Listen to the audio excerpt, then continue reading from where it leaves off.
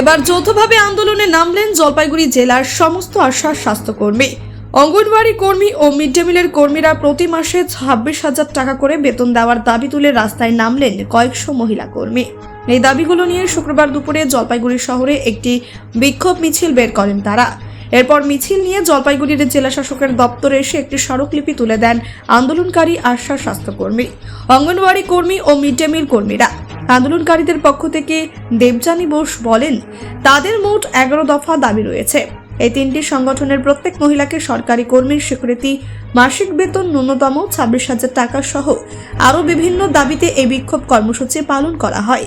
এছাড়া অবসরকালীন সময়ে 10,000 টাকা করে পেনশন দেওয়ার দাবি জানান তারা।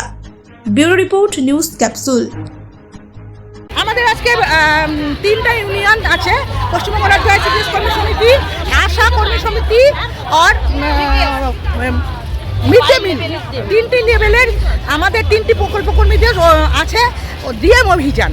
আমাদের বিভিন্ন দাবি আছে। প্রকল্প কর্মীদের স্থায়ী সরকারি কর্মীর স্বীকৃতি ও মাসিক ন্যূনতম 26,000 টাকা দিতে হবে, আর প্রকল্প কর্মীদের সামাজিক সুরক্ষা নিশ্চিত করতে হবে ও মাসিক 10,000 টাকা পেনশন দিতে হবে।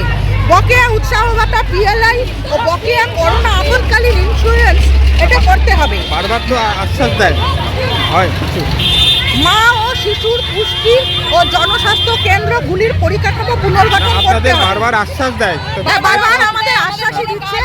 হ্যাঁ, আমরা এর আগে কিছু পাই না, বঞ্চিত।